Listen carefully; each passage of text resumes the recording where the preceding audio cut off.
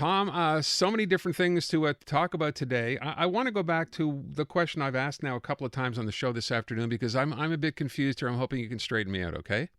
Right. Denis Coderre shows up yesterday at the National Assembly. He's in the visitors' gallery. He holds a rather non-impromptu press conference. And Paul Saint-Pierre Plamondon shows up. And then the next thing you know, it's No Merci, the 1980 No Side slogan, which he is now going to try to make, I guess, a pillar of his not yet announced campaign.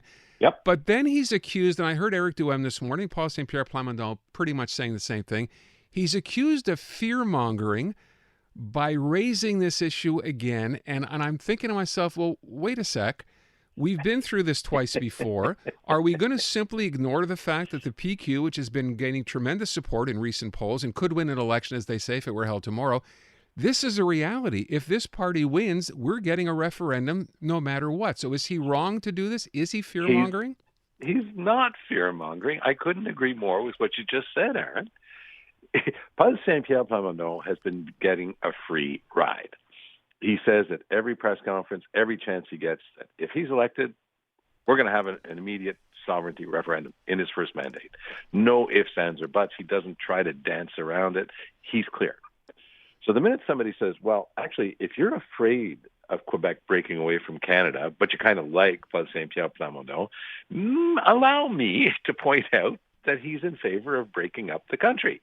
And for PSPP, as Paul Saint-Pierre Plamondon is known, to say that that's fear-mongering, that's ludicrous. It's laughable. He's exactly getting called out on what he has said. He said if he's elected, he's going to try to break up Canada. Mr. Coderre is pointing that out. By the way, I mean, Eric Duhem having a word to say about this. He doesn't even have a seat in the National Assembly, of course, nor does Coderre. But Eric Duhem can have all the press conferences you want, impromptu or not. Nobody's going to pay attention to him. But Coderre shows up, and everybody pays attention to him because, you know, he's drawing a lot of people into this discussion. I still don't think that Denis Coderre is going to be the next leader of the Quebec Liberal Party, but I do think he's helping the Quebec Liberal Party because whoever does get in is going to be able to stake out some turf, not quite as strong as his on this one issue, because it really does seem to be his one issue right now. Mr. Coderre has unbelievable skills as a politician, but there's not much behind that. In other words, I would have a great deal of difficulty understanding who's going to be the big team to form the next Quebec government behind Denis Coderre, although I honestly believe that the Quebec Liberals have a real shot at forming the next government, as the fight will be brewing between the Liberals, whoever leads them, and the Parti Québécois, just like the good old days, Aaron. The good old days. I want to ask you another thing, and I find this interesting, too. There are at least a couple of things so far that Denis Coderre has said that are in direct contrast with what the Liberal Party has said. One of them on the issue of public donations, and that's okay. Maybe that's a side issue. The other, though, on Bill 21. So you had Marc Tanguay standing up the other day and suggesting, basically saying the party's position is no, they don't support Bill 21. Right. And Denis Coderre saying, yes, he does. He also suggests he's okay with the renewal of the notwithstanding clause. Right. And that is, on the face of it, completely contradictory with this very strong pro-Canada position, because if you're going under the Canadian Charter, right, of course, you look at freedom of religion, it would be caught. Bill 21 would be broken by the courts, but it's still going to continue because of the notwithstanding clause. That is in the Constitution. We always have to be fair and mention that they haven't pulled this out of thin air. Pierre Trudeau put it in the Canadian Constitution, and Legault's using it. But I do find a major contradiction between the two, but it's Coderre trying to head off the predictable accusation that he's Ottawa's boy. And just to make this even more confusing, so we have Bill 21 that overtly discriminates against religious minorities generally, and Muslim women in particular. And last week, staying with our initials, CJAD, Gabriel Nadeau-Dubois, the head of Quebec Solidaire, said, we're going to vote for continuation for another 5 years of the notwithstanding clause.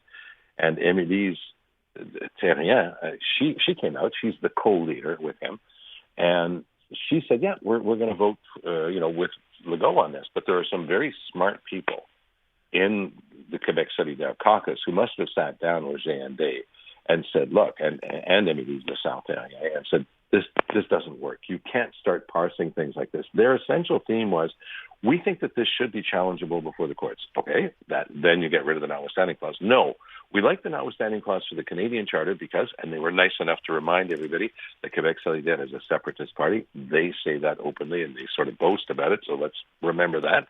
Quebec CJAD is about the breakup with Canada also.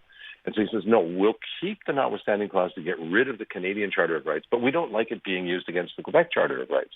Well, today they've completely changed their tune. So they say, no, we think that there should be no notwithstanding clause and let the courts decide. Big sea change. Mm-hmm. And I don't know how it is that Gabriel Nadeau-Dubois keeps coming up with these boneheaded pronouncements that he hasn't even run by his caucus. So I don't think he's paying a lot of attention to the disparate voices in the room. And like I say, he's got some smart people in that room. You remember the orange car tax during the last campaign? Yes, sure. Came up in the debates, right? $7,000 for a Toyota Corolla. This is the type of thing that smart people get together in the room and they don't think about the real world application. Just recently, 2 weeks ago, he said, I'd like to have some new rules around home sales so that we could reduce bidding because that's increasing prices. And Legault looked at him and said, what are you even talking about? You don't have a word to say about that. What does that even mean? And he had no answer. There was no comeback. So on this thing on the charter, Quebec Solidaire, Gabriel Nadeau-Dubois are finally doing the right thing. So I think they deserve a pat on the back for that.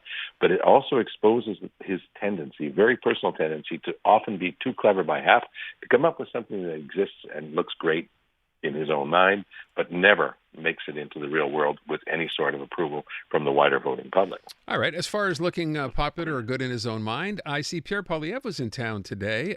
He was out on the West Island. I heard you this morning on with Andrew suggesting, you know what, in one sense, here's a riding that they've never won, and suddenly, wow, you got to give him credit for at least deciding to go out there. So do you still feel that way? Oh, yeah. And this is the... This is the stick it in your face side to Poilievre that carries through in other areas. So he just went out to the deepest, darkest West Island and planted the Conservative flag. Didn't have to say anything more than that. He talked about defense spending and a couple of other things. Of course, the Arrive Count app is never very far behind. But what he's essentially saying is, see the energy, you see our polls, well, nothing is excluded. And, you remember when Mulroney, ran the table pretty well across the province. He's basically saying, I'm here, I'm real, and I'm going to be talking about ridings and in ridings that you're not used to seeing a Conservative leader in. Good on him. I mean, this is what politics is about.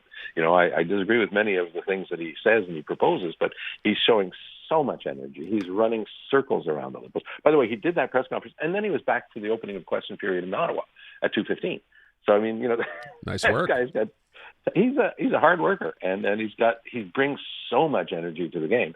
He's leaving Trudeau in the dust, and I always thought that Trudeau had tons of energy, but Trudeau is looking less and less engaged. This Arrive Can scam is just so shocking. That's my article in today's online version of the Journal de Montréal. It'll be in print tomorrow, but essentially saying, look, give me a break. I always push back when somebody said, oh, this is like the sponsorship scandal. I'm sort of rolling my eyes saying, no, come on. We're not at the same level at all. But when you look at the numbers involved in what happened, it's completely bonkers. And it's implausible. I won't say impossible, but totally implausible that there was nobody aware that they were breaking all the rules. They say where there's smoke, there's fire. That's what this one has turned into. I think we're at the point where there's fire, there's an inferno, because there's so much to this story that we don't even know yet. This may run into the more than $60 million that the Auditor General is talking about. This could run into the hundreds of millions of dollars. The West Island's own, Karen Hogan, our Auditor General. I mean, when you have the Auditor General saying $59.5 million for an app, which was supposed to cost $80,000, she said, that's my working hypothesis because they haven't given me the papers. Their bookkeeping, their financials are so off and so awful. I've never seen anything like it ever. And so the key question, and they're finally starting to sharpen their pencil on the Conservative side, because yesterday they were all over the map with Trudeau on this. They're sharpening their pencil and saying, are you going to give the RCMP all the documents? And today you should have seen Dominic LeBlanc doing the back crawl, and you should have seen Yves Duclos waving his hands all over the place. The simple answer is the RCMP is going to go get the necessary court documents to force and compel the production of everything. And you know what? This thing ain't over. Not by a long shot. Tom Mulcair. Tom, thank you. Talk to you soon.